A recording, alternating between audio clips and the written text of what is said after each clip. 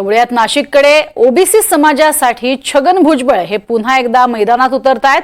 जळगावमध्ये ओबीसींचा आज महामेळावा पार पडणार आहे। पदाधिकारी कार्यकर्ते मेळाव्याला उपस्थित राहणार आहेत। ओबीसी समाजासाठी छगन भुजबळ हे नाशिकमधून जळगावमध्ये दाखल होतील आणि पुन्हा एकदा मैदानात उतरतील। अधिक माहिती घेऊयात, मंगेश जोशी आमचे प्रतिनिधी आपल्या सोबत आहेत। मंगेश, आज जळगावमध्ये जोरदार असा हा मेळावा होणार आहे, काय तयारी सध्या सुरू आहे? नक्कीच प्रज्ञा, खरं तर समता परिषदेच्या वतीने हा मेळावा आयोजित करण्यात आलेला आहे आणि या जळगावमधील मांद्राश पार्क या ठिकाणी हा संपूर्ण मेळावा पार पडणार आहे। दरम्यान आपण या ठिकाणी जर पाहिलं तर मांद्राश पार्क या मैदानावरती जे आहे या संपूर्ण मेळाव्याची जय्यत अशी तयारी जी आहे ती करण्यात आलेली आहे।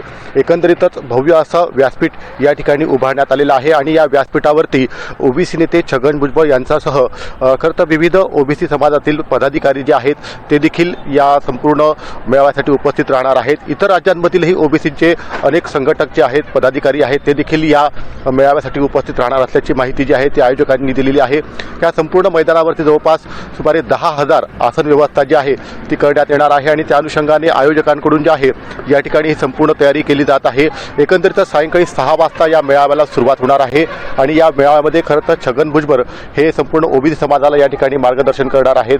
परंतु जर एकीकडे बघायला गेलं तर राज्यातील संपूर्ण राजकीय घडामोडीनंतर जे आहे कुठेतरी छगन भुजबळ यांना मंत्रिपद मिळणार अशी चर्चा असताना आता जळगावमधून खरं तर या मेळाव्याच्या माध्यमातून जे आहे एक मोठं शक्ती प्रदर्शन जे आहे हे ओबीसी समाजात या ठिकाणी पाहायला मिळणार आहे।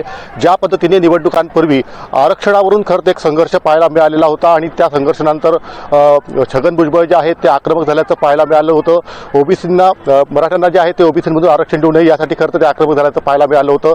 मात्र त्या संपूर्ण घडामोडीनंतर जे आहे प्रथमच उत्तर महाराष्ट्रातून छगन भुजबळ जे आहेत ते आता या मेळाव्याच्या माध्यमातून जे आहे ओबीसी समाजाला संवादित करणार आहेत, संबोधित करणार आहेत।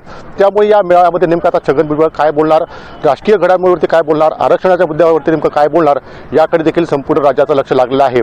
सायंकाळी 6 वाजता या संपूर्ण मेळाव्याला सुरुवात होणार आहे आणि 6 वाजेनंतर जे आहे एकंदरीत हा मेळावा जो आहे या ठिकाणी सुरू होणार आहे।